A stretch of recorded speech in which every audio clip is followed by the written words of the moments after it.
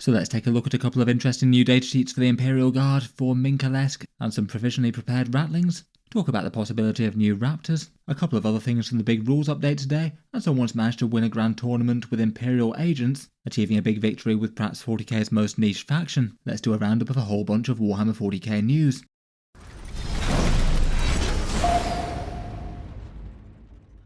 Hello and welcome back to Warspec Tactics, where for this one I thought we could do another small news roundup. A bunch of things over the past few days that I found interesting enough that I wanted to talk about on the channel, but none of which I really think needed a video all to themselves. As we talked about at the weekend, there's a small guard release coming out on Saturday in Minka, Lesk, Hell's Last Command Squad, going up for pre-order alongside a bunch of the Forge World things from Horus Heresy for Space Marines.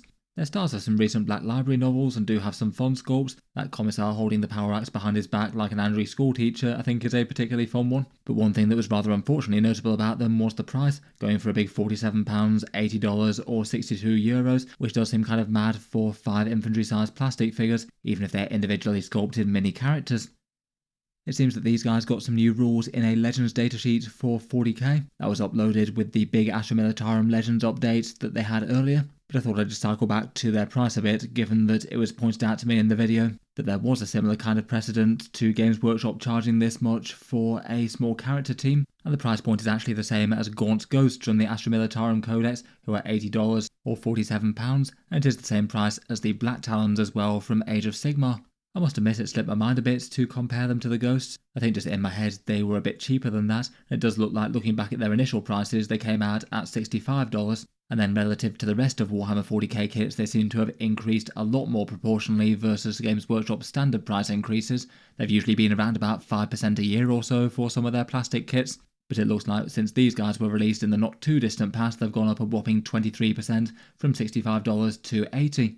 That one does feel a bit disproportionate and maybe represents Games Workshop thinking that people should be paying more of a character tax for these sort of units of special characters almost. So it looks like that was the motivation for putting the Hell's Last Command Squad at $80. Even if they are a mini squad of characters though, I feel like $80 for either of these just seems a lot for the size of miniatures, even if I do quite like the sculpts for both sets of them really. Though I suspect from Imperial Guard fans there were a lot more people clamouring to pick up Gaunt, given that they're just some of the best known books out of all of Warhammer 40k.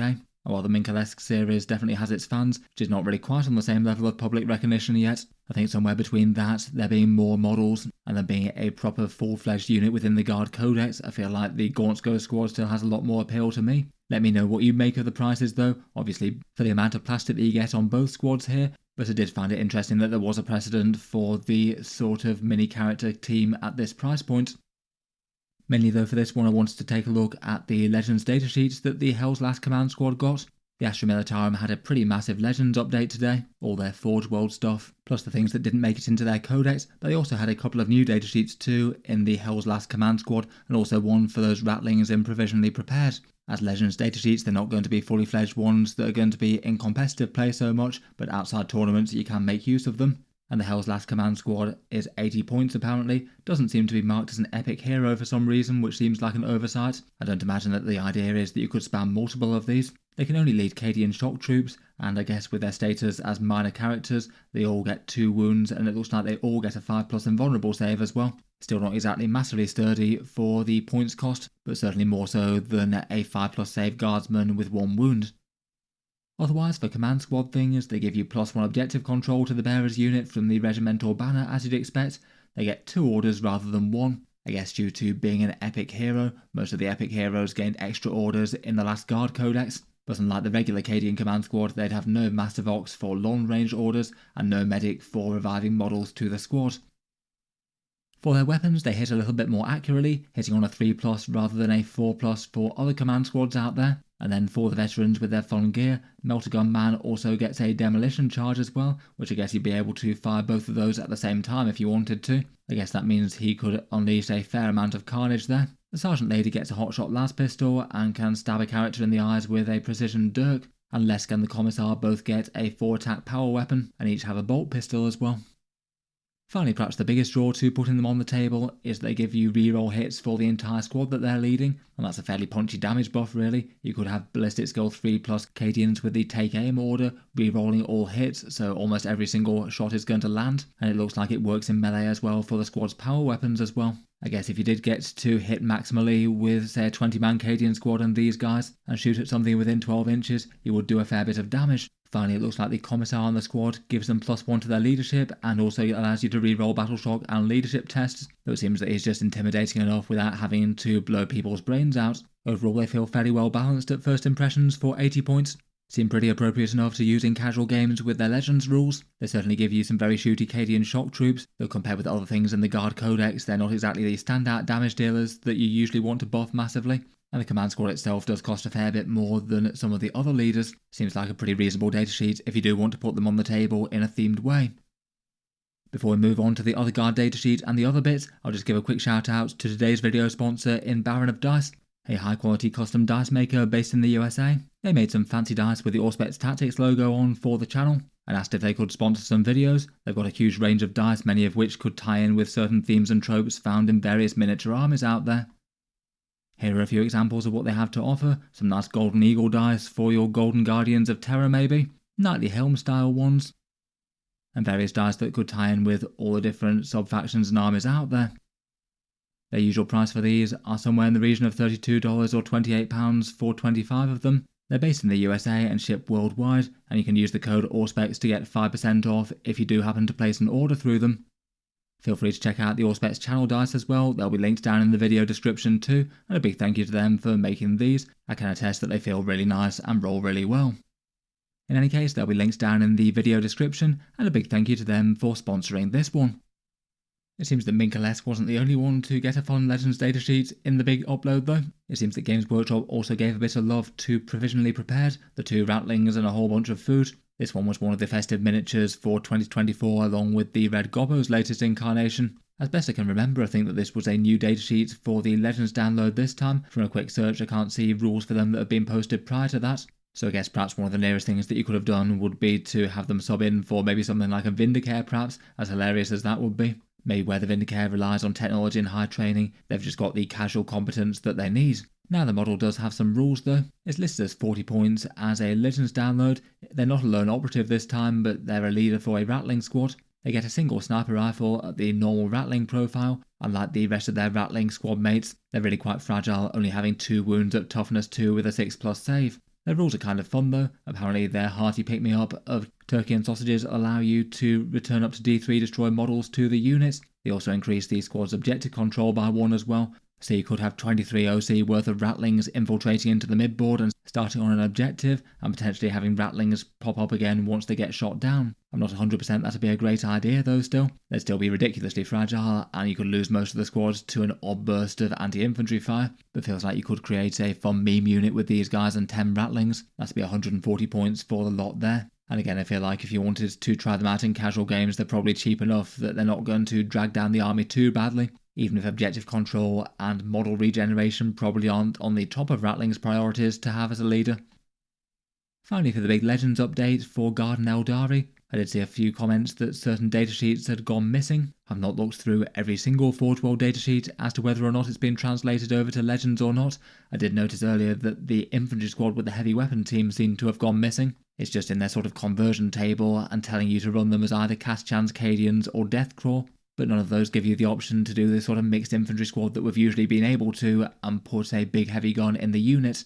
I feel like if you're playing Legends casual games though, you probably could just use the old datasheets and it's unlikely to cause any big problems. Otherwise, another couple of things that went missing appear to be the Thunderbolt Heavy Fighter, which did have an active Forge World Imperial Armor datasheet before, and for some reason doesn't seem to have made the jump either to the Legends main document or their conversion table one. And the Deathclaw Marshal isn't here either. Again, not really the most helpful thing in the world, given that people quite like to use him for his 5+ Feel No Pain. It does seem a bit random sometimes for the things that make the jump to Legends and things that don't. Finally, for the Eldari one, somebody pointed out that the Legends datasheets seem to have the wrong keywords on them. Say for example, this one for Karandras has the Eldari as the faction keyword and Strands of Fate as the faction ability. A bit odd that they decided to shift the datasheets in there but not change those basics. It's not exactly the biggest deal in the world though, I guess you just use them but with battle focus and assume that the keywords are right. Next up, the first thing I wanted to look at in terms of army lists that had done well at tournaments were the various Eldari winning ones. It was also really interesting to see an Imperial Agents list win a grand tournament, going 5-0 undefeated at Warzone Wellington, and this one's Courtney Thompson's list that did so, utilising Imperialis fleet and a massive amount of Imperial Agents chaff units. The Imperialis fleet does tend to be the detachment that gets used when they're being used in earnest in tournaments, for the very, very small amount of players who are daring to bring them along. And this one can either give you a damage buff against one unit where all your agents get +1 to hit against one enemy unit, or boosting leadership, objective control and a 5+ invulnerable save when you're trying to take one objective, which might be the more useful one for this one potentially, as it's basically a list made of huge waves of Imperial chaff, being able to gum up the midfield, score points and things, probably not do too much damage, but still have a whole load of board control. The fleet detachment has got other good stuff, allowing you to infiltrate agents units, combat landers to allow some voidfarers to go deep striking, and a fairly big reactive move one called Displacer Field, where you get a 4+ invulnerable save and then to do a normal move of 6 inches, which could be pretty irritating when dealing with their chaff units if they just go away and hide again. In the list there's a Watchmaster with a bunch of Deathwatch veterans. They're the biggest hitting damage punch in the army, with a massive amount of Thunderhammers, frag cannons and heavy bolters. I guess they'd probably be one of the ones who are going in the Rhino potentially, unless they're infiltrating. And then there's lots of mid-board chaff, 3 sub-doctor squads that get really quite good defensive profiles with their 3+ saves and 4+ invulnerables. A lot of normal anti-small arms fire won't clear an entire unit of those in one go, and then 4 units of 10 navy breachers, all equipped with the big shotguns, but also some taking melter guns and demo charges, and some with las volleys and demo charge. I guess potentially one squad of those might infiltrate with the rogue trader entourage, who take the combat landers enhancements. That potentially could give you a big unit that could do some first turn move blocking if desired. Otherwise there's a Sisters of Battle squad that can be split in half and put in 2 different immolators with some multi-melters. They can provide some sticky objectives and a bit of anti-elite melter fire. To lead some of the units there's 2 Inquisitors and Inquisitor Draxus. I'm really not too sure of the character attachments there. Inquisitor Draxus can make one unit very hard to deal with though, and stop shooting at greater than 18 inches, which is very handy. There's a Calexus and an Eversaw Assassin which can potentially be swapped out for other ones if it makes sense to, depending on the matchup. A small unit of Voidsmen at arms, and then another couple of Rhinos, so you could have multiple waves of chaff in transports. It looks like in terms of the victories, they beat the Tyranid invasion fleet, Custodious Talons of the Emperor, a Deathwatch list, an Orcs tactical brigade, and then Imperial Knights with mass armigers and 1 Atropos. Quite a few of those victories were by pretty narrow margins, and I feel like this is the sort of army that you just have to play very smart with in terms of maximising every single victory point. It's more about expending the units in the list to score victory points as opposed to necessarily deal all that much damage. In any case, it's pretty cool to see the agents get some success. Definitely big respects to the player that made it happen. There's certainly a faction that's got its fair share of problems at the moment, and one good result with a board control army still doesn't mean that they're playing as intended for the rest of people who might want to make them work outside of casual games. A couple of days ago I made a video covering the lore from the New Crusade Natman Gauntlet book, and it seemed that in a good few places people had had some discussions regarding the possibility of new Raptors given the cover art on the book. I just saw a good few comments and theorising that the stylings on all the Raptors and the artwork didn't really match up too closely to the current plastic models, so it could potentially be just some inkling that Games Workshop might update them at some point. I would say that this one definitely feels very, very speculative as opposed to some art things that they've had in the past where they've shown off what looks like quite clearly like a new unit. I would say that compared with the current models in the bottom right though, the jump backs certainly look a fair bit different. It definitely could be artistic license though, or maybe the fact that they're trying to realise some slightly different Raptors given that they're portraying these ones as Night Lords. I was initially thinking that this guy on the left might potentially be a Warp Talon, but it doesn't really look like it too much. They don't sort of have the stabilisation fins or these mutated demonic head that those guys do, but do seem to have a bit of different styling in general, and particularly their feet are quite different, maybe harking back to the old style Raptors on the top right. Maybe had some slightly more obvious clawed talons versus the more sort of spiky boots that the newer Raptors have. I thought it was interesting enough that it was worth mentioning. Let me know what you think about these guys. I'd guess that if there was any sort of model release coming to update Raptors at some stage, it could be quite a long way off. No real hints that Chaos Space Marines will get any more unit updates until 11th edition at this point, unless they have some sort of unusual special release in a big box, or happen to get a Raptor Kill Team kit or similar. Finally, for a few smaller things, Games Workshop's officially announced the Combat Patrol magazine for the USA on their own website. We did know that that was already happening though from the Hachette Parkworks website. And this one's the Great Big Magazine subscription that comes with all the things that you see here in 9 different combat patrols plus extra units. The go date over in the USA is on the 1st of March, and the issues are usually $60 each for 4 magazines with their minis. At the moment it looks like the first issue, the sort of one to tempt you in, does look kind of a crazily good deal for Warhammer 40k. Issue number 1 is $7 for the Terminator Captain, Wings Prime, and 3 Ron Ryan's Leapers it seems. That is pretty mad even if they charge a bit of shipping and handling. I'm not 100% sure if it's possible just to sign up for literally the first issue and then cancel after that, but if possible it might have interest to some people out there. As far as I've heard, it's going to be only subscription only in the USA without individual magazine issues being sold in other shops unfortunately, which perhaps is a bit of a shame given that that's one of the easier ways to sort of snipe kits for better value. Otherwise, for other miniature reveals earlier in the week, they had a rather fun Underworld's warband for the Blades of the Hollow King. I feel like these Underworld warbands often have some of the most fun miniatures that they come out with. Looks like the guy on the left has got a disturbing looking 2-headed snake type thing. We've got a vampire and ghost fighting in tandem in the middle, and then a rather bloodthirsty looking combatant on the right with a sword and dagger. This week's rumour engine seems to have someone's head, but the top's been all carved up. It looks like it's been made into a pot of some sorts potentially. Unless that's just literally brains in there, it's hard to tell in grayscale. Bundled next to a dagger type thing. Looks like it's something fantasy as opposed to anything 40k, maybe for flesh eater courts or ogres perhaps. Finally on the horizon for 40k, we're still mainly looking for the Emperor's Children launch box. Feels like the chances are becoming greater and greater it's going to show up, probably this weekend or next one. I think they've also got some Age of Sigmar Soulblight Grave Lords to come. And they could either come out on the same weekend, or they could just literally have one dedicated weekend for the big box for the Emperor's Children. Either way, I'll certainly be looking forward to when they give us some previews. Beyond that, I guess we'll have the rest of the Emperor's Children release, the Deity Legion codexes, and in March we should have some model reveals at Adepticon, plus the next Warhammer 40k balance pass to look out for. Certainly looking like a fair bit on the cards for the not too distant future.